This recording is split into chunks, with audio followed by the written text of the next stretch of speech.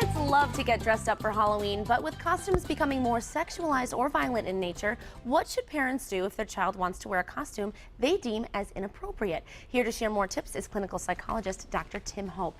Dr. Hope, thanks for joining us today. This is a great topic to touch on because there are, unfortunately, so many costumes out there that are very inappropriate for children. What should parents do to try to steer their kids away from those? Yeah, so as you know, I'm the father of 3 girls, and I had the pleasure of taking them out to a Halloween costume shop and was horrified at what I had seen there. Fortunately, my kids are young enough now that they still take a lot of guidance from me, and I can get the ideas from them about what they're interested in, and then it can help sort of shape and move them toward the choices that I think are better.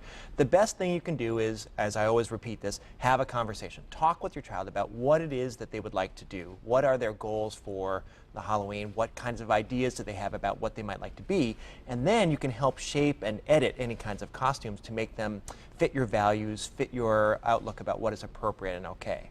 I think what's difficult is going to the store with your children and them seeing all of these options, and a lot of them are sexual, and unfortunately sometimes that's the only option. So it's kind of hard when it's right in front of their face. Yeah, my oldest was wanting to get a black cat costume, and as you can imagine, she's very tall, so she has to wear a young adult or a teenager type size costume. Even though she's very young, she's still only 9 years old, and yet all of those options were way too adult for her. So my wife did a lot of editing for that, and that was really a very helpful way of working together and teaching her skills around doing some costume work, which is really nice for her. And she was very open to that kind of feedback. So I think that for most parents, the more engaged they are with their kids, as opposed to just taking, oh, this is the idea that you want, so go ahead and run with it.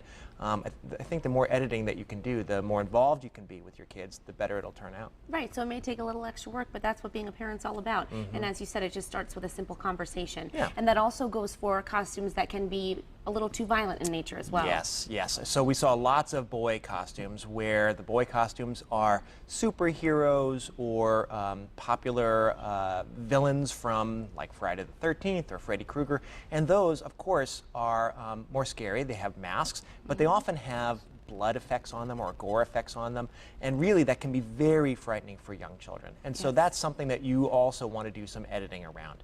There is nothing wrong with being Darth Vader or being some other kind of villain that you'd like to be. It doesn't have to be a terrifying figure. It doesn't have to be a gory figure.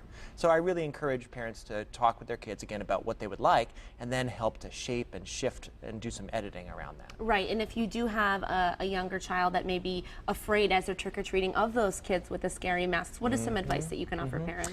Yeah, so I really think it's very important to do some previewing about Halloween for our younger kids. Our 2 and 3 and 4-year-olds really can begin to understand about this Halloween thing, so start talking with them. Walk the route that you're going to be taking so that they can see the houses as they are in their current state in the daytime. And then if you're going out after sunset, if you come across people who have masks, you could always ask them, would you mind taking up your mask just so my child can see who you really are, and then go ahead and put it back on. That way it helps to remind your children that there's a person behind a costume. Because for them, what they see is reality. So if they see someone who is Freddy Krueger with blood dripping from their nails, that's real to them, as opposed to pulling up the mask and saying, oh, see, it's our neighbor Johnny, and so Johnny is just wearing a mask, and that can help to demystify that. Adults can be frightened. I mean, I get scared of those costumes too, especially at night, so it makes me feel better to see a kid under there too, so I'll be honest about that.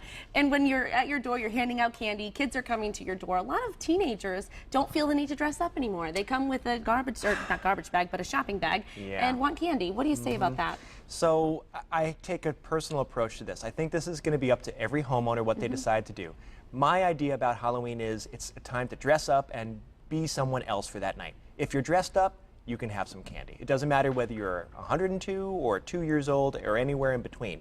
If you haven't taken the time to dress up, I'm less likely to offer you candy. And parents should encourage their kids, if you're going to go out trick-or-treating, put on a costume. Don't just put on a sweatshirt and go and get candy. That's not what it's all about. I don't think so.